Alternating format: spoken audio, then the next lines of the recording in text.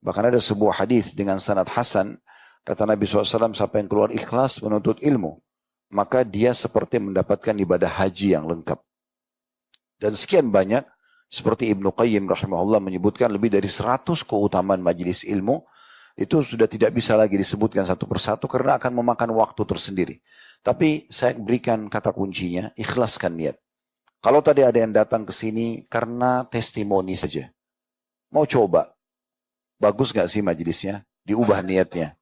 Kalau tadi hanya datang karena seremoni saja, ya, kemudian meramaikan majelis, ya, maka juga diubah niatnya.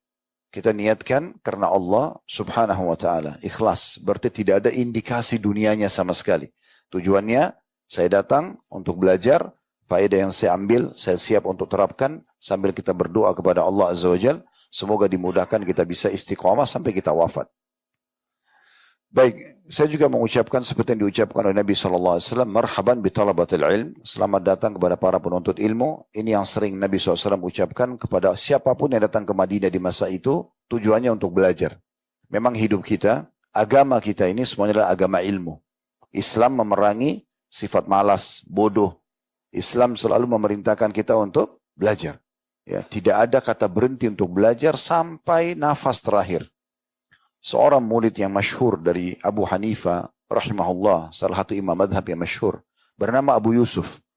Abu Yusuf ini ulama yang di masa itu, Imam Syafi'i saja, Imam Ahmad itu banyak menukil dan belajar juga dari beliau. Walaupun tidak ada yang tidak bertemu secara langsung. Tetapi banyak pendapat-pendapatnya yang dinukil dari Abu Hanifah dan dijadikan murid utamanya.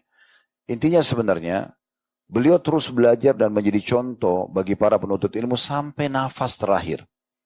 Disebutkan sebuah kisah, di akhir hidupnya, sempat berselisih pendapat dengan salah satu sahabatnya dalam salah satu hukum dalam ilmu faraid.